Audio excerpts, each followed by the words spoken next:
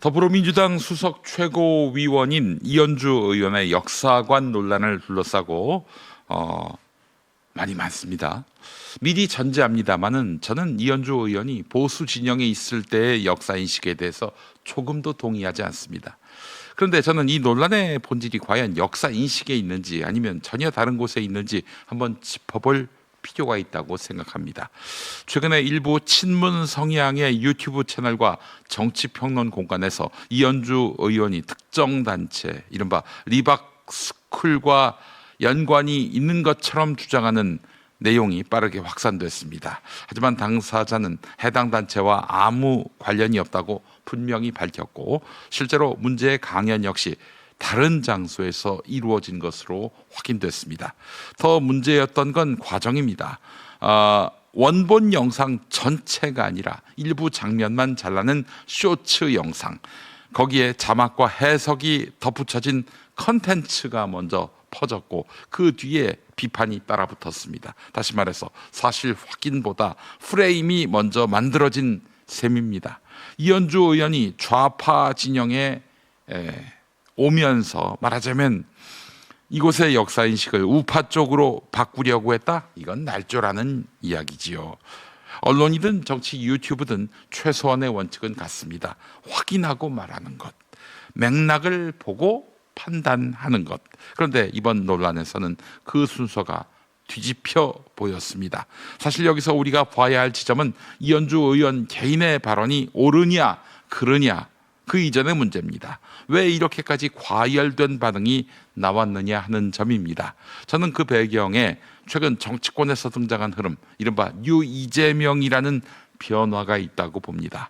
이재명 정부와 여당 지도부가 계속 강조해 온 것은 중도 보수 외연 확장입니다. 다시 말해서 민주 진영이 기존 지지층 안에만 머무르지 않고 정치적 스펙트럼을 넓히겠다는 전략이지요. 여러분 2022년 대선 어땠습니까?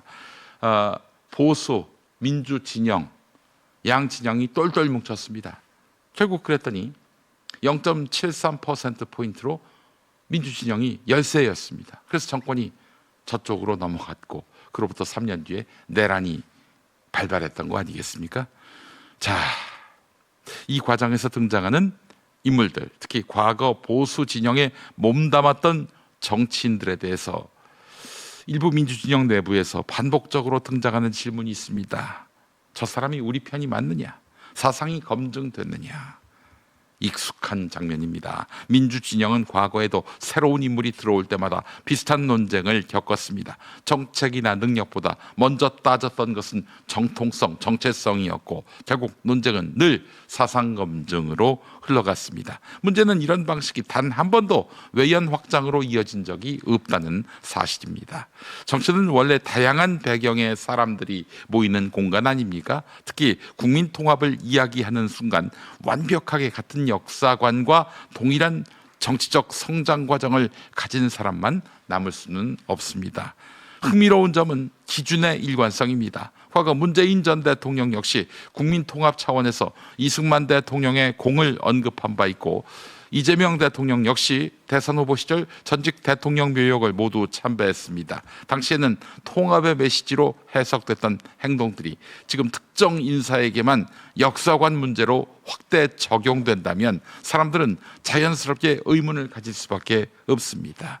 과연 이것이 역사 논쟁일까? 아니면 정치적 경계 설정일까? 더 솔직히 말하면 저는 여기서 일종의 불안감도 읽힙니다.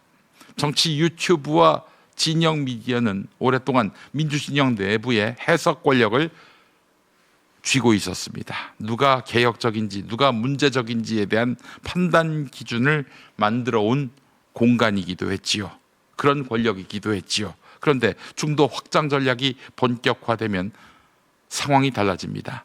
정치의 중심이 강성 지지층 담론에서 일반 유권자 현실로 이동하기 때문입니다. 그 순간 기존의 영향력 구조 역시 흔들릴 수밖에 없습니다. 그래서 논쟁의 초점이 정책이 아니라 인물의 과거, 발언의 일부, 심지어 확인되지 않은 주장으로 이동하는 것은 아닌지 돌아볼 필요가 있습니다. 더 우려되는 것은 허위 또는 왜곡 가능성이 있는 정보까지 빠르게 확산되는 모습입니다.